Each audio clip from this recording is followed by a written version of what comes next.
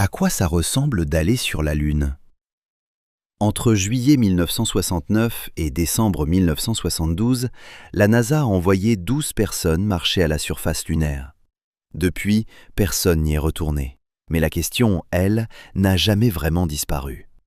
Pendant des décennies, on s'est demandé ce que cela fait réellement d'entreprendre ce voyage, de laisser la Terre derrière soi et de se tenir sur un autre monde. C'est pour cela qu'il est si passionnant de voir la NASA se préparer à renvoyer des humains vers la Lune. Pour la première fois depuis plus d'un demi-siècle, nous allons enfin obtenir de nouvelles réponses à cette question. Mais voici le point important. Ce retour sur la Lune ne ressemblera pas à Apollo. Cette fois-ci, repartir vers la Lune pourrait être une expérience très différente. Le nouveau chapitre de l'exploration lunaire de la NASA ne consiste pas simplement à retourner sur la Lune. L'objectif est d'y établir une présence humaine durable, à sa surface et en orbite autour d'elle, tout en préparant le terrain pour des missions encore plus complexes vers Mars. En résumé, tout ce que nous voulons accomplir plus loin dans l'espace, nous devons d'abord prouver que nous pouvons le faire ici. Alors, à quoi cela ressemble-t-il concrètement? Au cœur de tout cela se trouve l'élément le plus important, les astronautes. C'est là qu'intervient Orion, le vaisseau spatial habité de la NASA conçu pour l'espace lointain. Orion est composé de 3 parties principales. Le module d'équipage, où jusqu'à 4 astronautes vivent et travaillent pendant la mission, le module de service, qui fournit le support de vie, la propulsion et l'énergie, et le système d'éjection d'urgence, conçu pour mettre l'équipage en sécurité en cas de problème au décollage. Tout au long de la mission, Orion doit protéger l'équipage contre des conditions véritablement extrêmes. Dans l'espace lointain, il maintient la pression atmosphérique et l'oxygène nécessaires à la survie humaine. Puis, au moment du retour, le vaisseau pénètre dans l'atmosphère terrestre à environ 40 000 km/h. Lors de la rentrée, le bouclier thermique d'Orion atteint des températures d'environ 2760 degrés Celsius, se rapprochant de la température de surface du Soleil. Pendant ce temps, à l'intérieur de la capsule, la température reste proche de celle d'une pièce. L'espace habitable à l'intérieur du module d'équipage d'Orion est à peu près comparable à celui de 2 monospaces. Et si vous avez déjà vu à quel point chaque centimètre compte dans ce type de véhicule, c'est exactement l'approche adoptée par la NASA. Chaque espace est soigneusement pensé et utilisé. Lors des missions longues, les astronautes passent beaucoup de temps ensemble, donc Orion doit faire plus que simplement les maintenir en vie. Il doit offrir un espace pour dormir, manger, travailler et oui, aller aux toilettes. Une grande partie de l'équipement d'Orion s'appuie directement sur des décennies d'expérience acquises grâce à la Station spatiale internationale. Les toilettes, par exemple, sont basées sur un modèle actuellement utilisé à bord de l'ISS. En microgravité, rester en place représente déjà la moitié du défi. C'est pourquoi il existe des poignées, des sangles et des systèmes de retenue pour maintenir correctement les astronautes. Les déchets liquides sont évacués vers l'extérieur, comme à l'époque d'Apollo, et même le distributeur d'eau repose sur une technologie déjà éprouvée en orbite. Lorsque les astronautes entrent dans Orion au sol, l'une des premières choses qu'ils remarquent est la présence de 2 écoutilles. La première fait partie du système d'éjection d'urgence, la pointe du lanceur, utilisée uniquement durant la phase initiale du vol et larguée une fois qu'elle n'est plus nécessaire. Après être descendu dans la capsule sous gravité terrestre, la première zone qu'il rencontre est l'espace d'hygiène, avec les toilettes situées juste en dessous du point d'entrée. À l'intérieur, Orion dispose de 4 sièges, un commandant et un pilote à l'avant, placés sous les écrans principaux, tandis que les autres membres d'équipage sont installés derrière eux. Une fois attachés, les astronautes sont allongés sur le dos pour le lancement, avec les écrans et commandes au-dessus d'eux, prêts pour le voyage qui les emmènera loin de la Terre.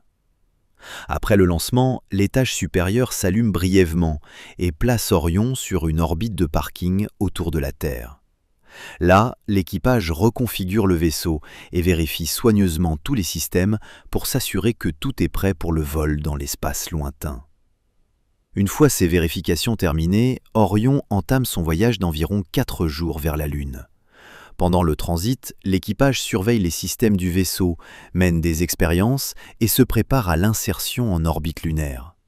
Les systèmes de guidage, de navigation et de contrôle d'Orion gèrent la trajectoire avec précision, en effectuant de petites corrections de cap en cours de route. Et grâce à 4 grandes fenêtres, l'équipage profite de vues incroyables. La Terre qui rétrécit derrière eux et la Lune qui grandit peu à peu devant. À l'approche de la Lune, Orion réalise 2 mises à feu soigneusement chronométrées pour entrer dans une orbite dite NRHO. Near Rectilinear Halo Orbit. Cette orbite unique, jamais utilisée par Apollo, est stable et économe en énergie, permettant à Orion de maintenir une position favorable par rapport à la Terre et à la Lune. Surtout, la NRHO sert de point de départ pour l'étape suivante, le rendez-vous avec l'atterrisseur lunaire. Cet atterrisseur est le Starship Human Landing System de SpaceX. Contrairement à Orion, Starship HLS est lancé séparément. Il décolle de la Terre au sommet du propulseur Super Heavy de SpaceX, une fusée réutilisable équipée de 33 moteurs Raptor. Une fois en orbite, Starship HLS se sépare et entame son propre voyage vers la Lune, en effectuant une série d'allumages moteurs pour élever son orbite et préparer son transfert lunaire. Starship HLS voyage vers la Lune sans équipage, guidé par ses capteurs embarqués, ses systèmes de navigation et une surveillance constante depuis le centre de contrôle de SpaceX. À son arrivée, le vaisseau ralentit et s'insère en orbite lunaire, prêt à attendre Orion. De retour en NRHO, Orion exécute une séquence complexe de rendez-vous et d'amarrage avec Starship HLS. À l'aide de caméras, de lidar et de mises à feu précises de ses propulseurs, l'équipage aligne soigneusement les 2 vaisseaux. Une fois l'amarrage terminé, Orion et Starship forment un système unique, connecté en orbite lunaire. 2 des 4 astronautes enfilent alors leur combinaison et passent dans Starship HLS, tandis que les 2 autres restent à bord d'Orion pour maintenir le vaisseau et soutenir la mission depuis l'orbite. Après les vérifications finales, Starship HLS se détache et commence sa descente vers la surface lunaire. L'alunissage sera sans aucun doute un moment historique. Avec 2 astronautes à bord, Starship Human Landing System entamera sa descente propulsée vers une région proche du pôle sud lunaire. Cette zone passionne particulièrement les scientifiques, car elle pourrait abriter d'importants dépôts de glace d'eau piégés dans des cratères plongés en permanence dans l'ombre. Cette glace pourrait changer la donne pour les futures missions, en fournissant de l'eau potable, de l'oxygène respirable et même du carburant pour fusées. À l'approche du sol, les systèmes de navigation analyseront automatiquement le terrain afin de sélectionner un site d'atterrissage sûr, en évitant rochers, pentes abruptes et cratères profonds. Les moteurs réduiront progressivement leur poussée pour poser le vaisseau en douceur. À environ 100 mètres d'altitude, la version HLS prévoit de basculer vers des moteurs d'atterrissage à forte poussée, montés plus haut sur le véhicule. Ces moteurs sont conçus pour limiter l'interaction du panache avec le sol lunaire et utilisent de l'oxygène et du méthane gazeux au lieu des ergols liquides des moteurs Raptor principaux, bien que, dans certains scénarios, ils ne soient peut-être pas nécessaires. Une fois posé, l'équipage effectuera une série de vérifications pour s'assurer que le véhicule est stable et que tous les systèmes fonctionnent correctement.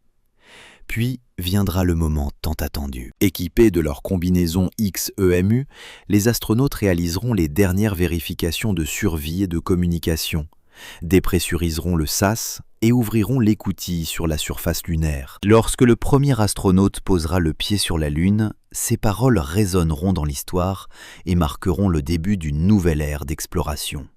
Les opérations de surface devraient durer environ 6 jours.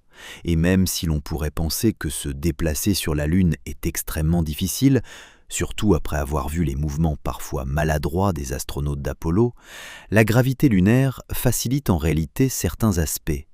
Neil Armstrong avait déclaré que marcher sous une gravité équivalente à 1/6 de celle de la Terre ne posait absolument aucun problème.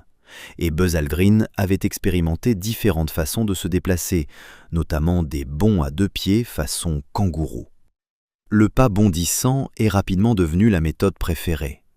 Les astronautes devaient anticiper leurs mouvements et la fine poussière lunaire pouvait être glissante, mais l'équilibre et la mobilité étaient meilleurs que beaucoup ne l'imaginaient. De plus, la NASA dispose désormais d'une toute nouvelle combinaison conçue spécialement pour faciliter les déplacements sur la Lune. La combinaison développée par Axiom Space s'appuie sur les travaux de la NASA visant à remplacer les anciennes EMU utilisées pour les sorties extravéhiculaires à bord de la Station spatiale internationale. Contrairement aux sorties dans l'ISS, où les astronautes flottent en permanence, marcher sur la Lune exige une mobilité totalement différente. Les nouvelles combinaisons Axiom intègrent des articulations plus souples, permettant d'utiliser les jambes de manière plus naturelle, de s'accroupir, de se pencher et de se déplacer sur un terrain irrégulier. Des mouvements difficiles avec les combinaisons de l'époque Apollo. Durant leur séjour à la surface, les astronautes mèneront un large éventail d'expériences scientifiques et de démonstrations technologiques. Ils collecteront des échantillons géologiques, déploieront des instruments pour étudier l'environnement lunaire et testeront de nouveaux systèmes destinés à soutenir l'exploration future et une présence humaine à long terme. Près du site d'atterrissage, l'équipage établira un petit camp de base, utilisant Starship HLS comme habitat et principal espace de travail. Son intérieur spacieux et ses systèmes avancés de support de vie offriront un environnement sûr et relativement confortable pendant ces quelques jours.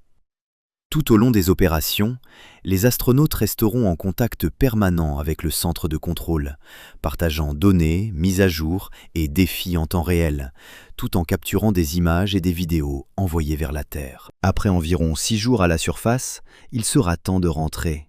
Les astronautes rangeront leur équipement, sécuriseront les échantillons collectés et effectueront les dernières vérifications avant de réintégrer Starship HLS.